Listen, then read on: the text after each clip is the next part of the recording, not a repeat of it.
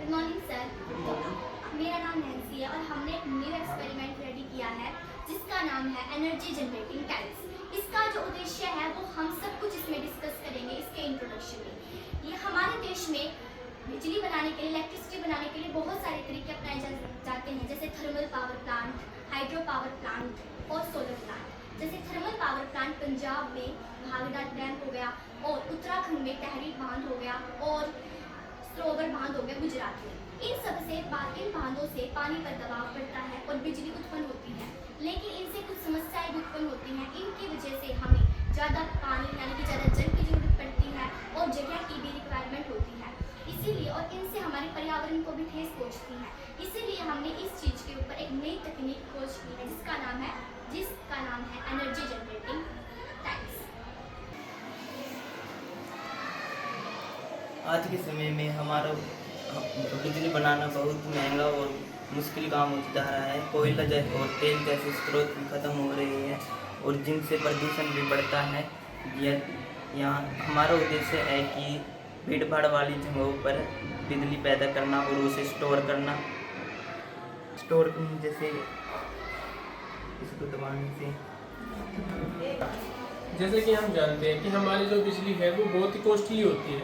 तो हम क्या चाहते हैं, जो हमारा जो प्रोजेक्ट है, ये हमारा जो पाइजो इलेक्ट्रिक टाइल्स का जो हमारा एनर्जी जनरेटिंग टाइल्स का जो हमारा प्रोजेक्ट है, हम चाहते हैं कि अगर ये किसी रेलवे स्टेशन या फिर बस स्टैंड वगैरह या स्कूल कॉलेज कहीं पे भी एंट्री या एग्जिट पॉइंट पर अगर हम इसको प्लेस कर देते हैं तो इससे क्या होगा, इसके ऊपर अगर हम कोई भी अगर प्रेशर डालेगा तो उससे क्या होगा कि इलेक्ट्रिसिटी जनरेट होगी और वो इलेक्ट्रिसिटी को हम क्या स्टोर करके जो हमारा जो प्रोटोटाइप है, इसका काम ये है कि अगर इसके ऊपर कोई भी प्रेशर डालते हैं, प्रेशर डालने से क्या होगा, जो इसके अंदर हमारे पास पाइजो प्लेट्स लगी हुई है कुछ, ये हमारे पास 4 पाइजो प्लेट्स हैं।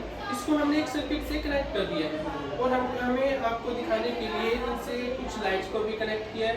हम इससे कुछ और भी कनेक्ट कर सकते हैं जिससे ये चल जाए, लेकिन अभी हमने लाइट से किया है। इसका काम क्या है कि अगर हम इनके ऊपर प्रेशर डालेंगे, इन पॉइंट्स के ऊपर प्रेशर डालेंगे, जितना ज़्यादा प्रेशर होगा उतनी ज़्यादा लाइट्स को क्या होगी, पावर मिलेगी। और हम क्या कर सकते हैं, इन लाइट्स को सेल से जल रही है या इसी के दबाव से जल रही है? कुछ हम एनर्जी दे रहे हैं इसको? सर हम इसको कुछ एनर्जी नहीं दे रहे हैं, ये बिल्कुल रॉ मटेरियल से, रॉ पावर से क्या हो रही है, हमारी एनर्जी जनरेट हो रही है, बिल्कुल रॉ पावर। इसको पाइजो प्लेट्स बोलते हैं या पाइजो सेंसर।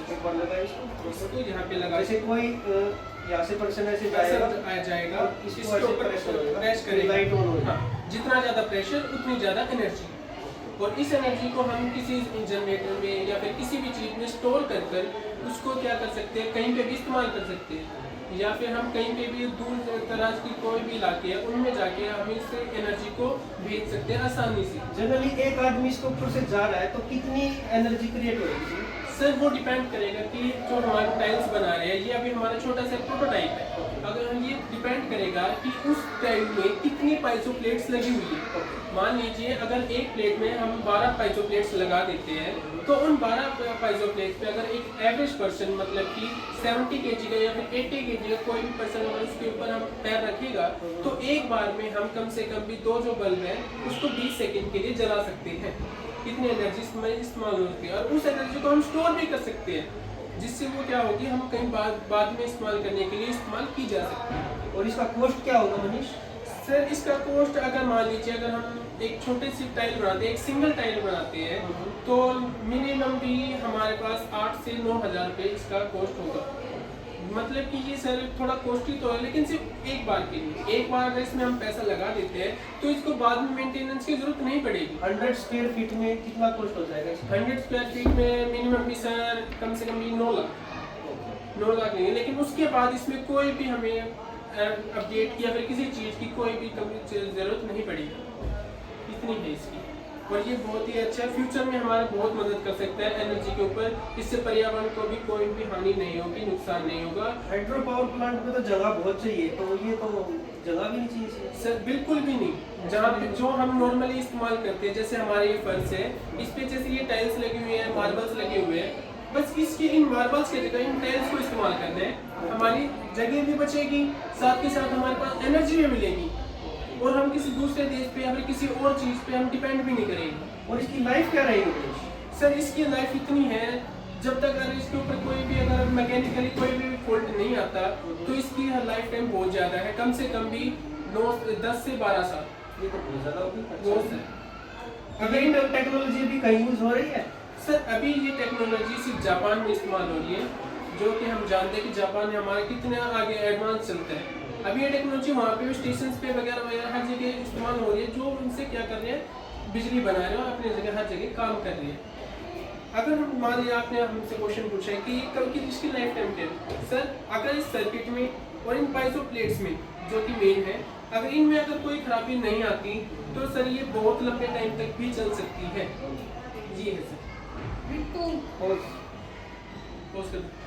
इस तकनीक के हमारे बहुत से फायदे हैं, जैसे ये बिना पर्यावरण को प्रदूषित नहीं करता, इसके ईंधन और पानी की आवश्यकता नहीं होती इसमें, और ये भीड़ भाड़ वाली जगहों पे ज़्यादा यूज़ होता है, जिससे हमारी बिजली जल्दी बन जाती है, और ये हमारे शहर को बहुत अच्छा और प्रदूषित बनाता है। यह हमारे शहर को प्रदूषित रहित और समृद्ध बनाता है। हमारा यह मॉडल ऊर्जा को हमारा हर कदम में बदल सकता है, और इसको बनाने में न प्रदूषण होता है और कम खर्च में बन जाता है, और ये भविष्य में हमारे देश को आत्मनिर्भर बना सकती है। धन्यवाद।